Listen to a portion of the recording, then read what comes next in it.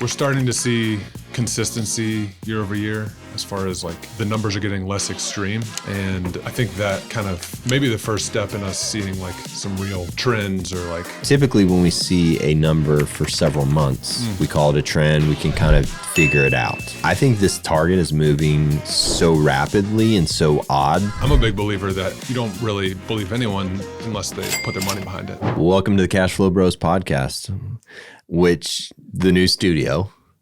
For those of you who watch this on YouTube, those three people, you'll be like, wow. And we're missing someone. Yeah. Who are we missing, Rob? And what happened? Sir Jordan Holt. Sir Jordan Holt. Yeah. Big Daddy. Big Daddy. Super excited for him. He had, him and Callie had their twins this week. Yeah. And so I made him feel really guilty for not being here. No, really, we're super excited for him, and he needs to be with his family, hanging out, taking care of him. But the show must go on. Yeah. And you actually just got back from a trip, so we're recording this, and we're going to put it out pretty much right away. So at the end of it, I want to talk about it, but briefly talk about the trip and where you went, and we'll kind of circle back on it. Yeah, I went to the IMN SFR conference, which is IMN is a company that puts on these events. SFR is single family rental, which this conference is kind of all about owning, building, managing, everything to do with single family investing. And so we went to Scottsdale near Phoenix, Arizona, and just really all the kind of biggest people in this space, hedge funds, big technology companies that have some really great products for anyone interested in investing in single family. They're all there, and there's a huge vendor hall, and there's incredible presentations and panels, and that's awesome. So it was great. I mean, now you piqued my interest, and I just gotta know. You said it was incredible. So, like, what are some of the takeaways? What happened? I know we previously were talking a little bit about the networking, and picked up a few contacts, which is always great. But yeah, I mean, met some great people. I went there with my business partner, who we're building these townhomes with, right? With kind of the intention that we know almost nothing about this product type, like, right. You know, as far as building some townhomes to rent them out. Yeah. It's not that hard to figure out, but knowing on the back end, what a future buyer may be looking for, right? What all of our options are on financing on the exit, what things have they found that are important on the front end when you're building something like this that maybe we don't know enough about, but somebody who's built 1,000 of these is going to know exactly, what's important. Yeah, that's interesting because you're already thinking exit strategy of like, there's probably some smaller single family guys that could take down a purchase after you've built it out and had it for a while, but more than likely it's going to go to a fund or some big, commercial money. Right. So that's an interesting perspective. And I love that of like, how can we backwards engineer it so that we'll just say, for example, which you obviously aren't doing, but what if you all had every single meter, water metered only through one meter? Yeah. And you just fronted the bill for the meter every year, which would be it would just not work. No fund would touch it because that variable water, you have to pay for the water. So obviously you need individual water meters. Now that's the mistake you would not make, but there could be something like that, right? That you don't know. Yeah. So one thing that we just kind of a concrete example that we were just like, okay, that pays for our trip right here. Yeah. Prior to going to this, we were looking at our blueprints, and there were called for fans in every bedroom. And traditionally on rental properties, we've eliminated fans because it's kind of like one more thing that can break. Right. And you think tenants don't really appreciate it that much. It's not going to make a difference. But in, I think it was May or June, there was this big, heavily researched white paper that they surveyed over 6,000 tenants of build-to-rent properties. And they found that tenants consistently were willing to pay $50 more per rent per month for having fans in their bedrooms. So you spend an extra probably $100 a bedroom for a fan compared to a fixture. Yeah. And you pay for it in 6 months. Yeah. Yeah. So, I mean, you do the math on 48 units, an extra $50 a month. We were like, oh, we're definitely doing fans. And like the fact that just, saved us from doing something dumb on the front end pays for this conference. Yeah. And then, you're a little bit higher than everyone else. And they're like, oh, why are these units? And then on the back end sale, you're $50 more than everyone else. Yeah. Per door. Yeah. That's brilliant. Yeah. It's just something simple. Yeah. We're strongly. It's like, where do you find that on YouTube? Unless you listen to a ton of podcasts, potentially, and just some random, or like our podcast now. Yeah. Yeah. If you're listening to ours, you'd have to dig deep. It's the kind of thing. I mean, that's why I went, because I was like, we can find property and build some townhomes, but there's going to be things that people who have been doing this a long time know that the only way to know is go to these things. All right. Keep dropping the nuggets. Keep going. Don't drop them all, though, for this episode. Keep a few for later. Yeah. I mean, we also we're giving some consideration to fully fencing the yard. We're going to do like partition fence. Okay. But that was like number 2 on the list of, we'll pay a little more, and also we'll never leave because we have a dog. And if we went to an apartment, even if it was a better location or cheaper, then you've got to put a leash on your dog in winter. Yeah. Go out, let it do its thing. So you are going to allow pets? Yeah. Okay. Gotcha. Yeah. I had one of my property manager told me to take out fences because they don't want to encourage pets, but it's at a different price point than and demographic that I think that this will draw. Yeah. So just counterintuitive to probably what I would assume. Why put in fences? Yeah. Versus now you're going to, or look at it at least. It's different than the way we've traditionally done single family rental properties. Yeah. And so we're still kind of like tweaking it and researching it, but making us seriously consider some things that we would never have thought of otherwise. That's awesome. So let's move into the Birmingham market update, because that's what the people want. Yeah. And we give the people what they want. Yeah. Let's do it. Let's talk about it. Listings in 2022 of November of 2022 were 1,633. And in 2023, it was 1,598. So we are negative 2.14%. Mm-hmm. So we're back negative again. And this was the headline of last month's Birmingham market update, which was we were positive.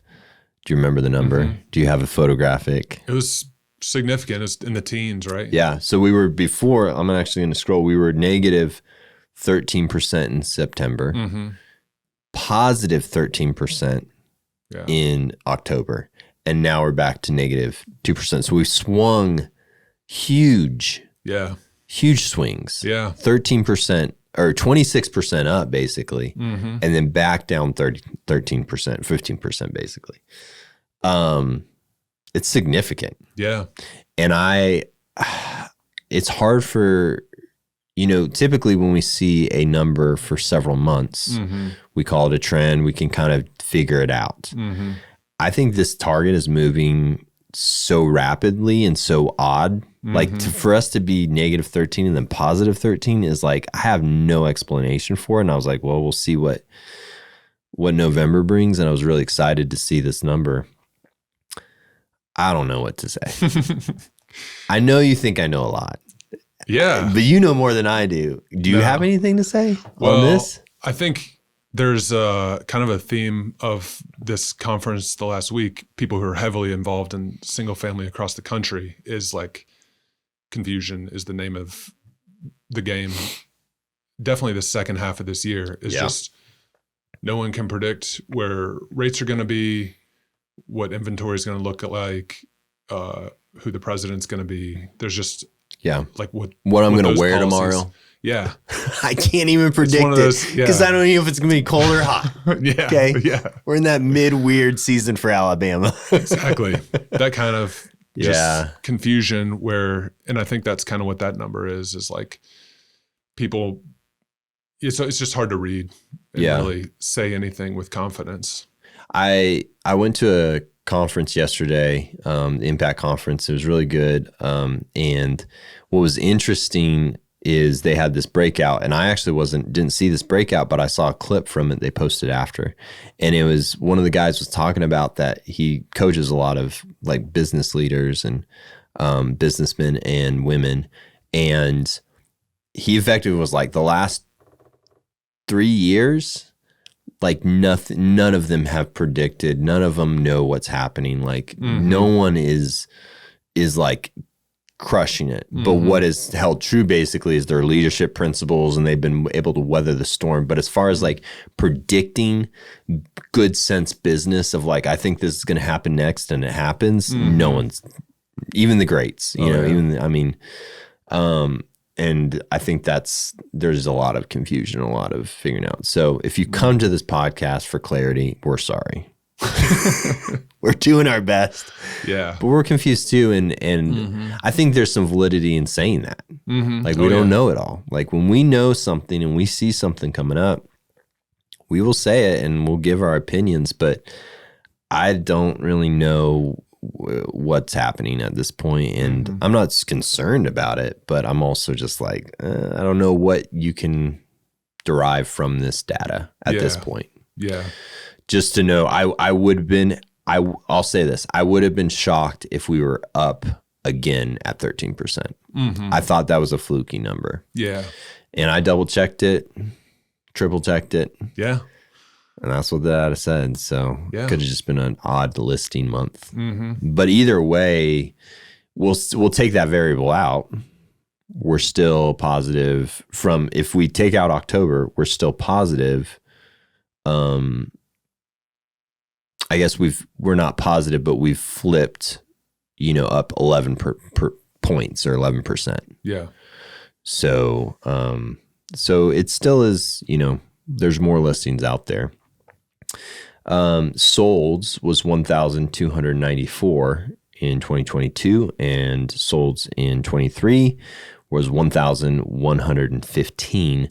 So that's a negative 13.83%, which is also up, which also accounts for the high listings from last month. So some of those listings are now closed. So we're, basically a positive of close to 11% right there. So, or 11% shift, if you will. We're still in the negatives year over year. Any thoughts to that? Yeah. I mean, I think it's just kind of more of the same of like, we're starting to see consistency year over year as far as like the numbers are getting less extreme. Right.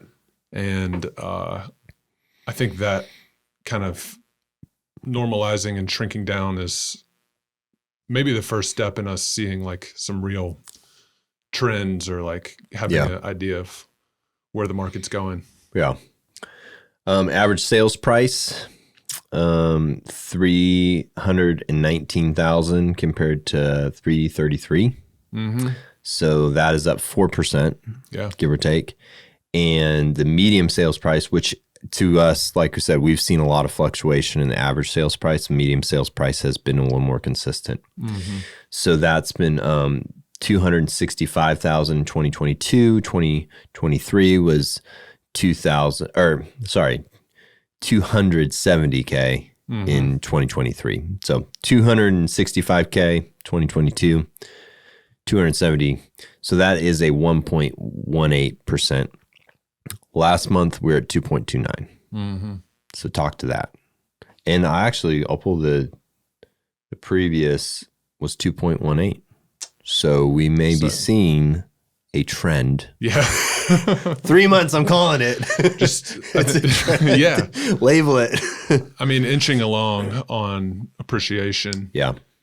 I think it's a really positive thing for our market. There's definitely markets out there that have been negative year over year for a couple months now. And so we're holding pretty stable. And to say all that to say is, in addition to that, we just had a flip go. One of our listings was a flip in Center Point, or it was actually Roebuck area. And 5 offers over the weekend, 2 over. Yeah.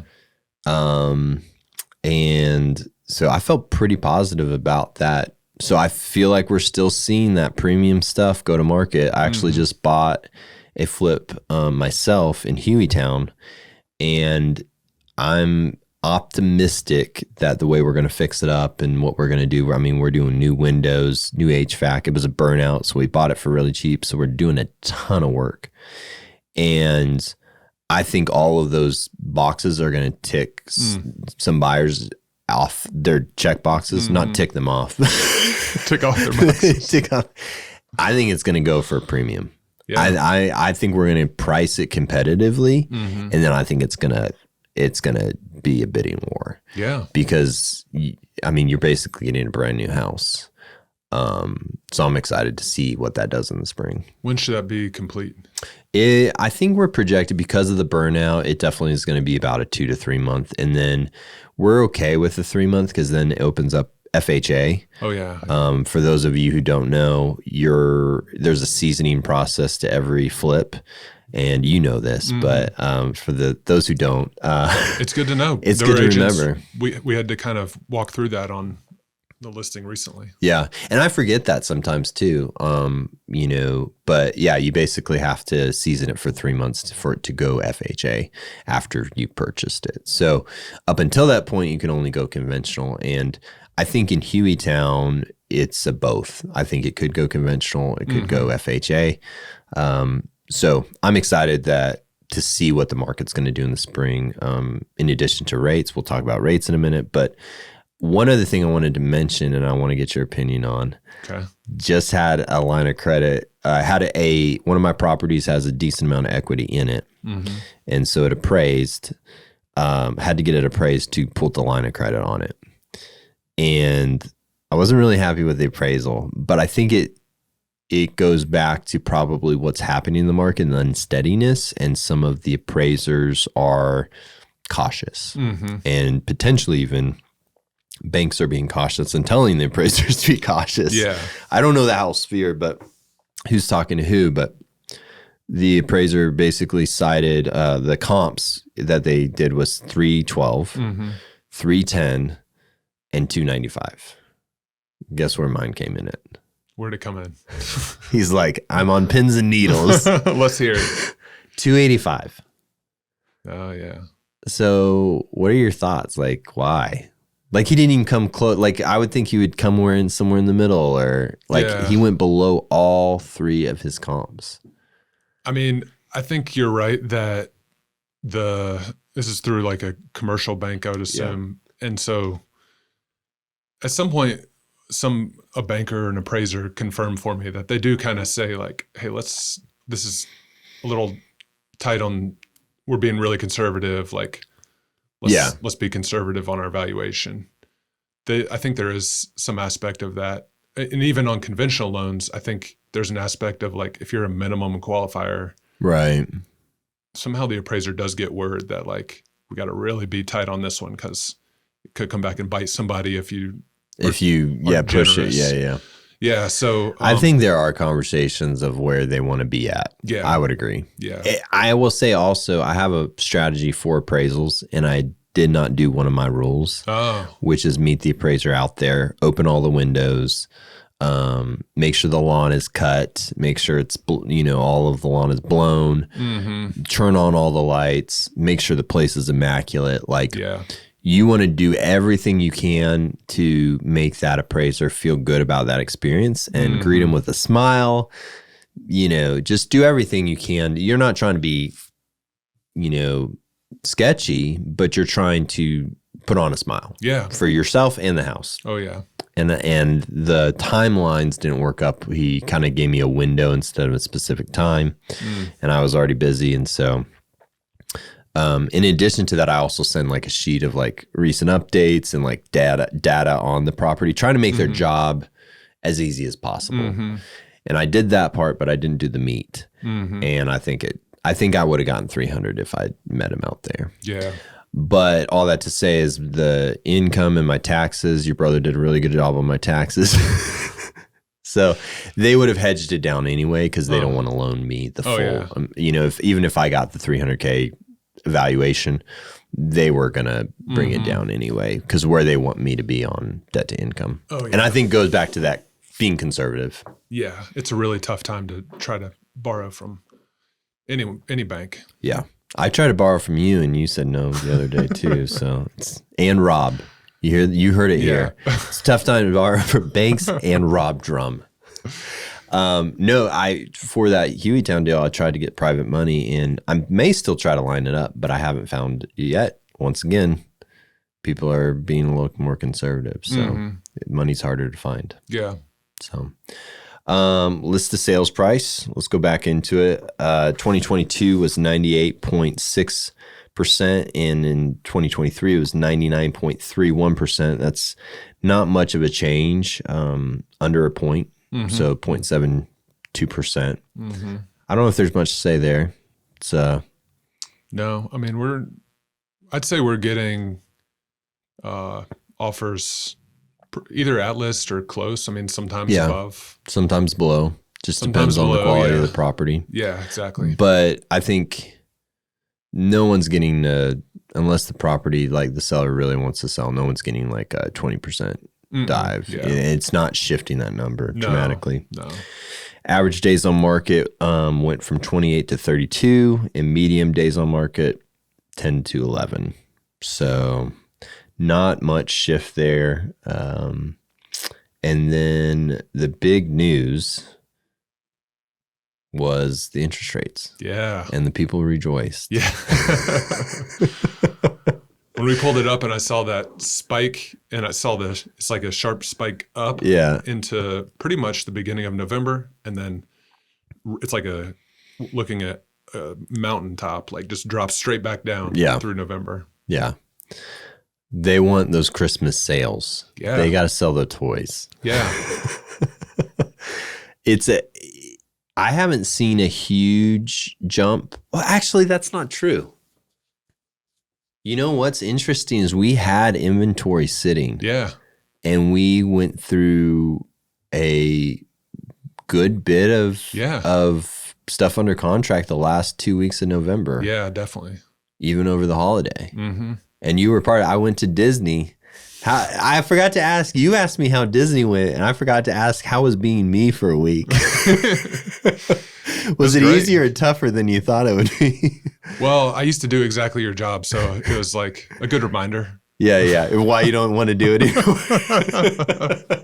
Like, there's a reason why I brought Todd on the team, because I don't want to do this anymore. Yeah. I appreciate that, by the way. Oh, yeah. No, I talked to a couple agents, and they were pretty jealous of that setup because they're like, I was like, Todd's, taking his family to Disney. I'm covering everything for him, so don't call him. I'm going to try not to call him. Like, you got it.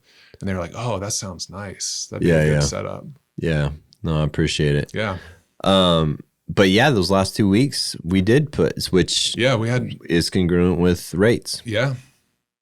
Made it more affordable, and offers started coming in. Yeah. Let's hope it continues through December. Just keep slicing. Just keep slicing and dicing. I think if we hit anywhere in the sixes in the spring, it's going to be well, crazy. Not to predict, but I heard some mortgage person talking recently, and they said that even if the Fed goes on hold with rate cuts, they don't have to cut them at all. But the stability will allow the people who price mortgages to reduce rates. Right. Even if the 10-year stays right where it is, which a lot of this is priced off of 10-year, the reduction in volatility will make rates go down. Now, explain that to me, because, I understand it to a degree. I will say, when I first got into this business, I didn't understand. I thought what the Fed does is what you see. Yeah. But there's a layer in between of people deciding what to do between what the Fed is. So the Fed can stay constant, but the rate can move up and down based upon, similar to stock market, based upon confidence. Break that out. And I'm not sure I understand the 10-year. So the 30-year mortgage index, generally, like the interest we all pay on our 30-year house loans generally follows most closely the 10-year U.S. Treasury. Why does it follow that one, not the 30?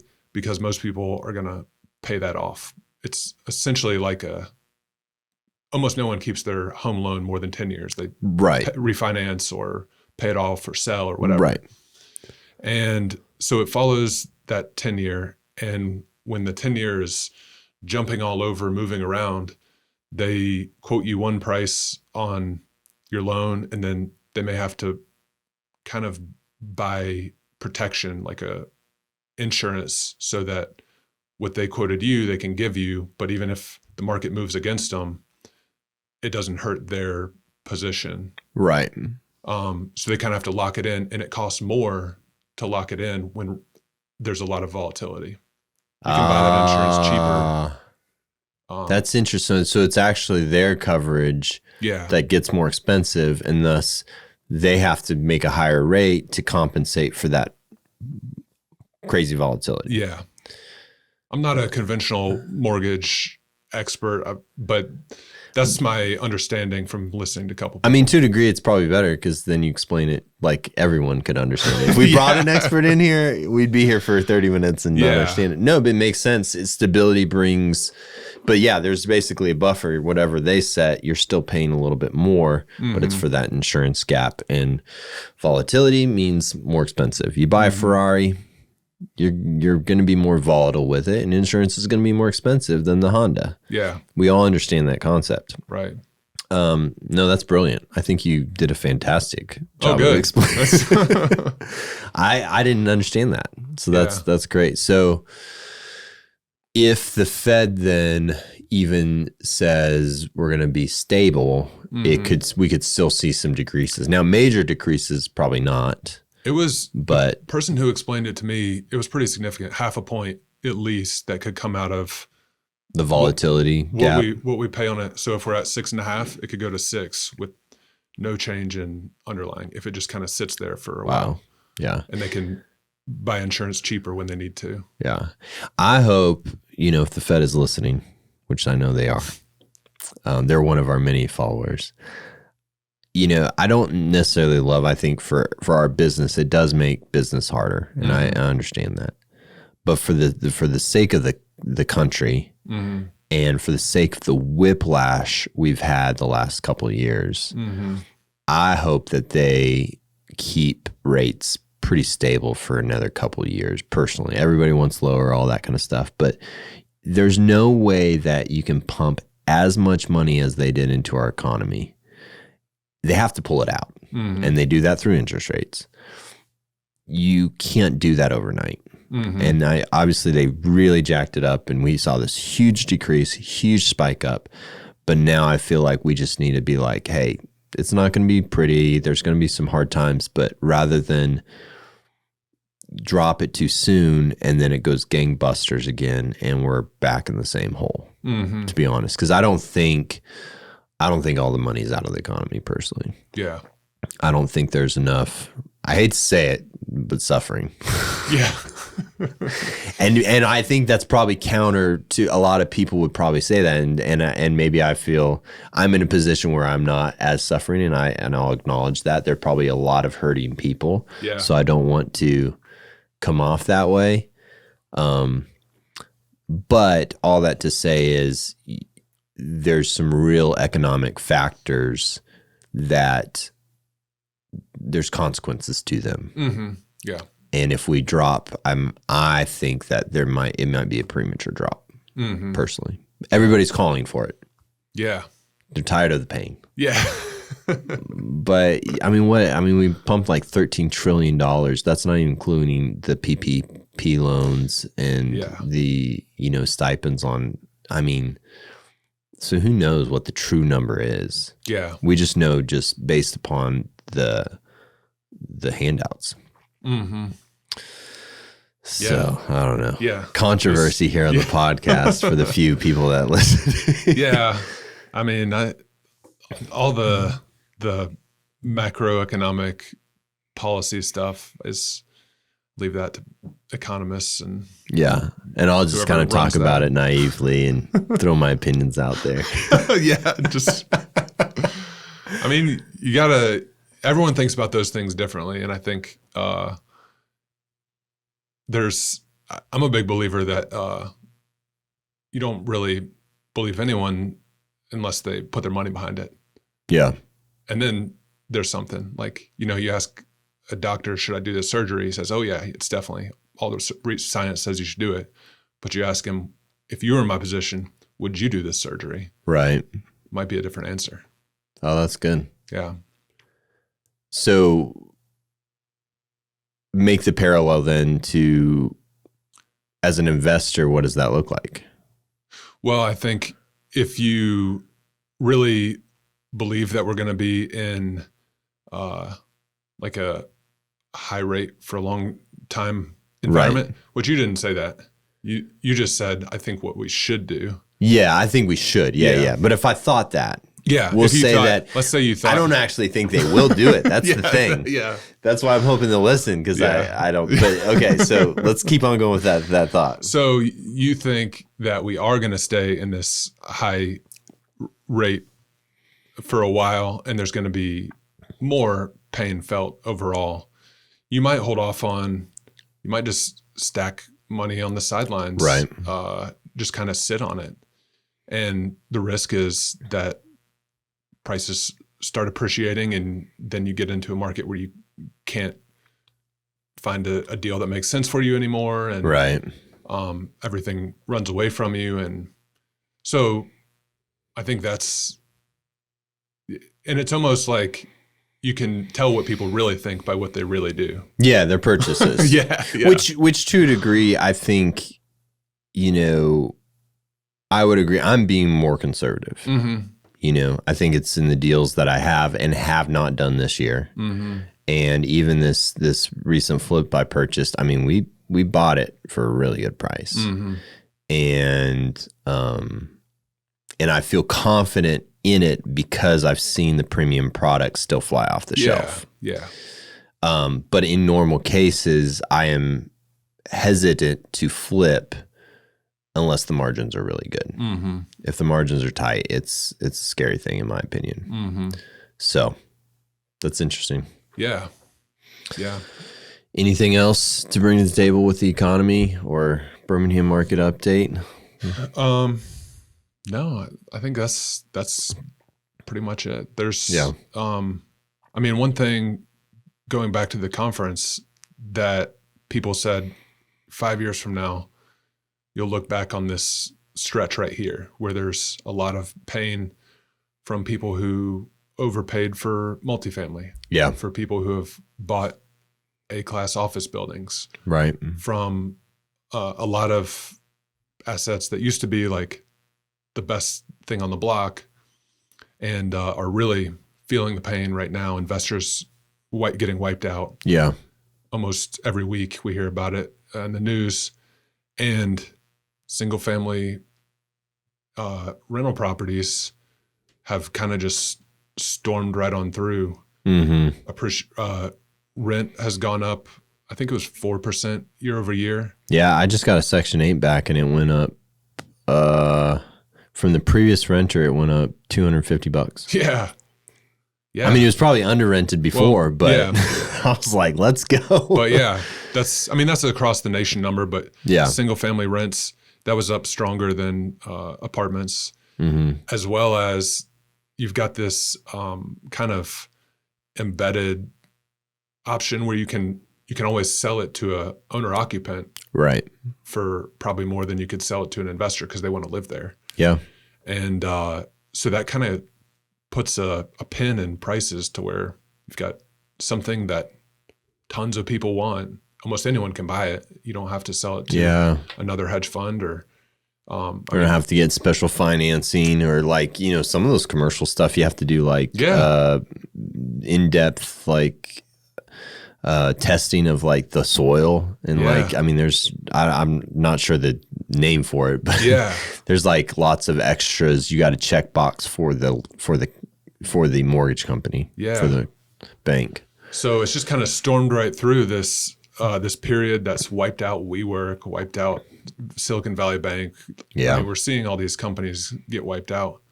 And this asset class is kind of pushed right on through and is, we're hopefully turning the corner through maybe the worst of it.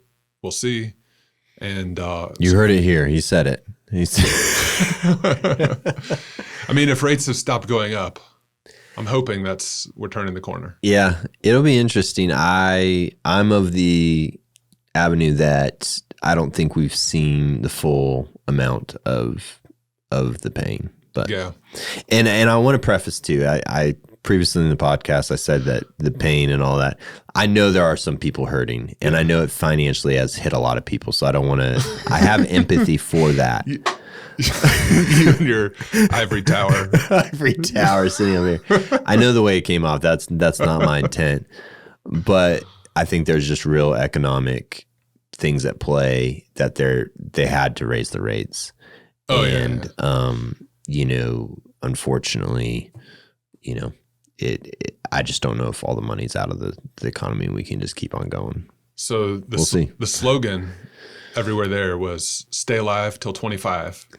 Stay alive till 25. That's the big real estate slogan right now.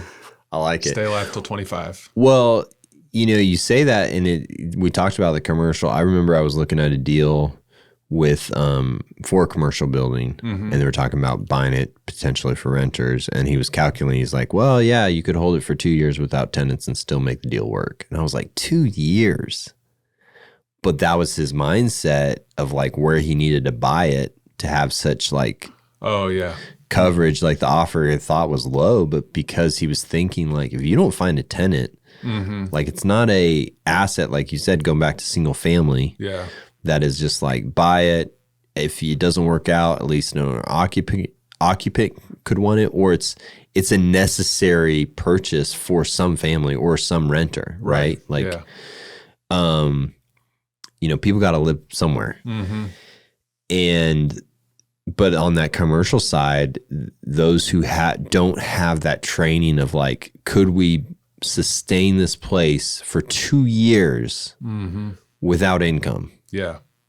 They're going down. But the ones who did hedge and have the experience, I think they're probably not loving it. Yeah. But they're going to survive. Yeah. But I would say there's a lot of new people in that space who are getting chewed up right now. Yeah. That's what I'm hearing about too. So yeah, it's interesting. Well, I appreciate your time. Yeah. Hopefully you like the new studio. Yeah, I'm loving it. It's fun. We'll get Jordan and get his review on it. Although we may just stick him in the corner, be like, "This was so great, Jordan." You can just yell things. Just like, Jordan, just shh. We're having a conversation over here. No, I'm excited. I think it's gonna be a lot of fun getting him in here next month or I guess next week, hopefully. Yep. Maybe a couple weeks of just me and you. Could be. You could get tired of me. Can we carry this thing? I think we can. I'm gonna try. Yeah, we'll do our best. All right. Appreciate it, y'all.